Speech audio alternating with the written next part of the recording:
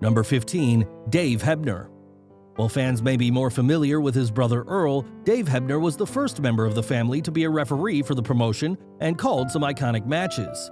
It was Dave who officiated for Randy Savage's classic with Ricky Steamboat at WrestleMania 3, and he'd be a referee until his body physically couldn't.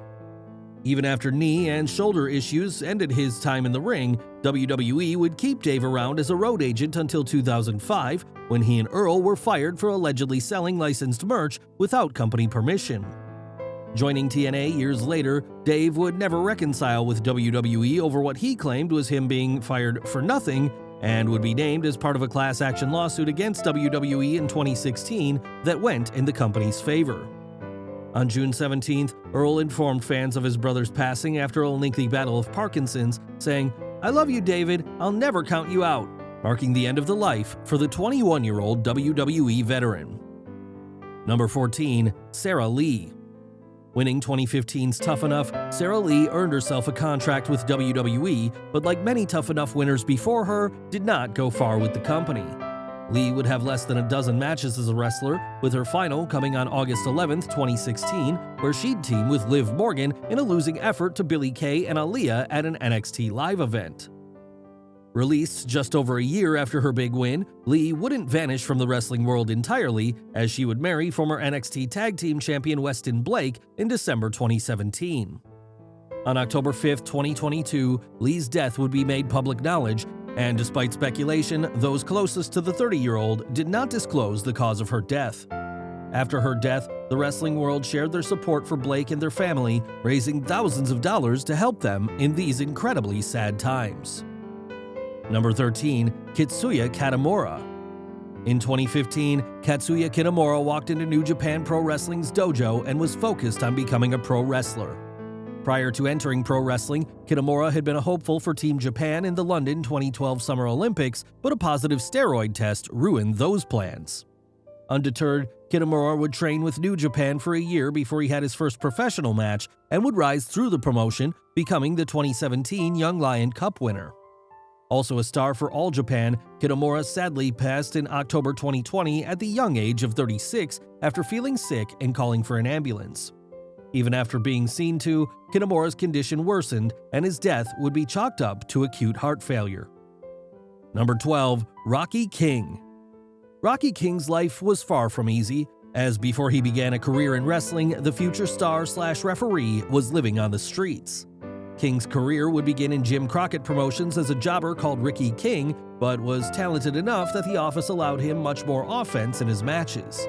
Not just a wrestler, King would also serve as manager for the Fabulous Freebirds before becoming a referee, a role he'd have until his retirement in 1998. King retired from being an on-screen presence, but in July 1999 he founded his own promotion, the Bulware Wrestling Association, which provided a family-oriented product at a time that the indies were swarmed by violent companies trying to copy the success of ECW. King would never forget his past and would set up organizations to help avoid kids becoming homeless, and after health problems including a stroke, being blind in one eye, and kidney issues, died in March 2022, aged 64. Number 11. Super Monaco. An extremely successful name in his native Mexico, Super Monaco was a marvel in the ring and would often compete in luchas de apuestas.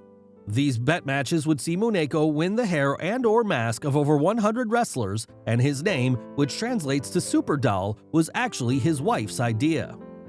The Super Doll was a comedic wrestler, complete with clown-themed mask, and originally, some wrestlers opposed working with a clown and would even stiff him in the ring. Despite this, Monaco would slowly earn the respect of his fellow wrestlers and would work with many notable names of Lucha Libre, including Rey Mysterio in 1995 in one of the future WWE World Champions' final matches before making it big in the US. Monaco would be married to his wife for over 20 years and had at least one child together before his death, aged 69 on February 9, 2022. Super Monaco had been battling health issues, including diabetes, long COVID, and 3 years after his final match, this clown's smile sadly stopped. Number 10. Raziel. While his name may not be known to fans unfamiliar with Lucha Libre, Raziel forged his name for decades in the sport of wrestling. Competing from 1996 until 2021, Raziel spent a quarter century in the industry and most predominantly was part of CMLL. His tenure with the promotion saw Raziel win the World Trios Championship and Mexican National Trios Championship with his partners Cancerbero and Virus, but he also had plenty of singles success. Raziel's final match would be at a CMLL event in Mexico on December 12, 2021, and he would sadly pass at the age of 49. On April 4, 2022, Raziel passed away, and the World Wrestling Council would later confirm that a car crash ended his life. Number 9. Dee Bohr. A veteran of wrestling, Dee Bohr was instantly recognizable with fans thanks to her appearances in the Gorgeous Ladies of Wrestling promotion. Competing for Glow as Matilda the Hun, Bohr originally began her career wrestling in mud shows as Queen Kong and would also find success in multiple movies. When the California Wrestling Commission banned her from wrestling men, Bohr responded by wrestling a 705-pound bear, proving how tough she was. Years later, Bohr would work with Glow, this time the Netflix series, as part of their casting and training team, but health problems would follow her in the final years of her life. Due to spinal deterioration, Bohr would use a motorized wheelchair to get around, and after a battle with lupus, died in January 2022. Number 8. Starman. Like Raziel, Starman was a Mexican pro wrestler who established himself as part of CMLL but also worked for other promotions. Debuting in 1994, Starman would be competing all the way up until June 2022, where he competed at a Hex Wrestling Promotions event. That show saw Starman and his tag partner get a win over Harlequin and Vito Fratelli, but this would come just months before his death. On September 23rd, Starman would die at the young age of 47, and news of his passing was confirmed by the World Wrestling Council. No cause of death has even been made public knowledge, but that shouldn't be too surprising, as Starman's dedication to wrestling meant that his real identity was never known, not even after he passed. Number 7. Mickey Henson. Mickey Henson may not have been a WWE superstar, but he was a staple of World Wrestling Entertainment for many years. Before becoming a WWE referee, Henson worked in different promotions under the name Mickey J, including as part of WCW. Henson would later become a referee for WCW and called the infamous Goldberg vs. Kevin Nash match from Starrcade 1998, which marked the end of Goldberg's 173-match winning streak. Remaining with WCW until its final days, his contract was picked up by WWE in 2001, and he would become a ref for WWE's developmental program at the time, FCW. Called up in 2005, Henson was a referee on both Raw and SmackDown and called matches at many pay-per-views, including the Edge vs. Mick Foley hardcore match from WrestleMania 22. After being diagnosed with mantle cell lymphoma in 2008, Henson would opt to leave WWE in 2009, grateful for the company continuing to pay him for months after learning of his disease.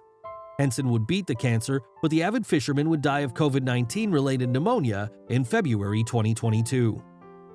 Number 6. Adam Windsor. This English professional wrestler competed across various promotions throughout his career, which began back in 1995. A former NWA Florida and North Florida heavyweight champion, Windsor also held the World Extreme Wrestling Tag Team Championship and the Vintage Wrestling Tag Team Championship over the course of his career. The British star even had some small success in WWE, being used as enhancement talent in 1995 and in 2001, and shared the ring with the likes of Lex Luger, the British Bulldog, and Paul London. Unfortunately, heart problems would plague Windsor throughout much of his life, and he died on April 21, 2022. Wrestlers and friends, including WWE's own Corey Graves, gave tributes to Windsor, showing that you don't have to be a megastar to be remembered. Number 5. Candy Devine. Even before Candy Devine stepped into the ring, her wrestling love was never in question, as during her youth she created her own wrestling newsletter, The Leap, and her own fan club for Lanny Poffo. Competing in the 1980s and 1990s, Devine's time in wrestling saw her become a 5-time American Wrestling Association Women's Champion and 2-time Windy City Wrestling Women's Champion. In 1998, Devine retired from the ring but would have one final match in 2005 before hanging up her boots for good. After suffering a collapsed lung in 2021, health issues would follow Devine, who would spend her final months in an assisted living facility. After a series of seizures and being diagnosed with both brain and liver damage, Devine's impressive but difficult life ended on February 9, 2022. Number 4. Gene LaBelle. With his trademark pink karate gi, which originated due to him washing a white gi with a red shirt, Gene LaBelle often threw opponents off their game before his fights even begun. A former wrestler and martial artist, LaBelle may have best been known for his legitimate fighting prowess, but he appeared for the NWA and other US promotions for much of his life. Following his retirement from pro wrestling in the early 80s, LaBelle would run the NWA LA territory, and his talents also stretched to being an actor and stuntman. LaBelle's list of students is a who's who of fighting and entertainment, with Ronda Rousey, Rowdy Roddy Piper, and even Chuck Norris learning from the fighter. In August of this year, LaBelle passed away peacefully in his sleep, and the man's contributions to wrestling, with Bryan Danielson using the LaBelle lock, will never be forgotten. Number 3. Tim White. One of WWE's most recognizable referees, Tim White could often be found calling some of the biggest matches in the promotion's history. White's biggest match would be Mankind versus The Undertaker in, or should we say on top, of Hell in a Cell at King of the Ring 1998, and it would be the cell that would ultimately end his refereeing days.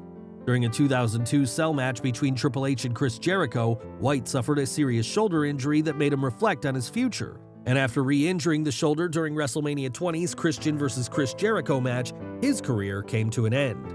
Despite this, White would remain with WWE until 2009 under backstage roles, but would sadly pass on June 19, 2022, at the age of 68, of complications with his shoulder injury.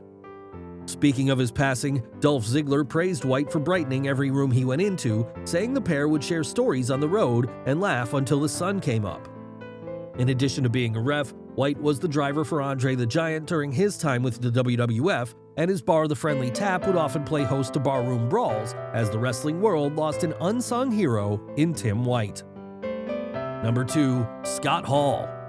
When Scott Hall debuted in the WWF in 1992, he would also usher in a new era of wrestling, that of the cool bad guy. As the slick and cocky Razor Ramon, Hall's dastardly act would prove popular with the fans, and the bad guy would only continue this with the formation of the NWO in 1996. Unfortunately, Hall would battle addiction that would affect his personal and professional life, and would eventually be fired from WWE in 2002 after relapsing several times.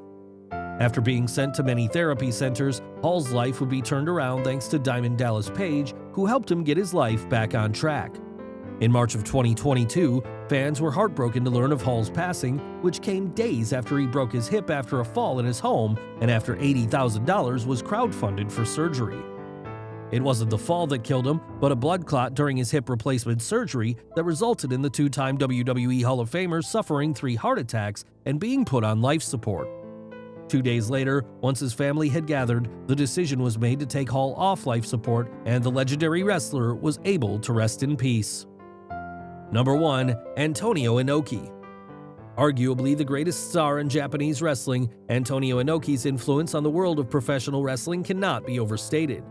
Not just an accomplished wrestler, Inoki was also the founder of New Japan Pro Wrestling and even held the WWE Championship in 1979, though this reign is unrecognized. Outside of the ring, Inoki was also a successful politician, being elected to Japan's House of Representatives twice in his life, but this legend of a man died in October 2022.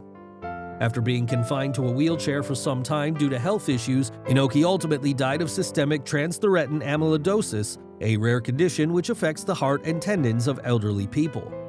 The names Inoki trained in his career include megastars such as Tiger Mask, The Great Muta, and WWE's Shinsuke Nakamura, and that's just a small part of the legacy of this legend. Hey guys, thank you for watching the SlatRock channel. If you're new here, don't forget to subscribe and hit that bell icon to get notified every time we post a new video. Make sure to check out our channel for amazing wrestling content. Also, subscribe to our channel for daily wrestling news.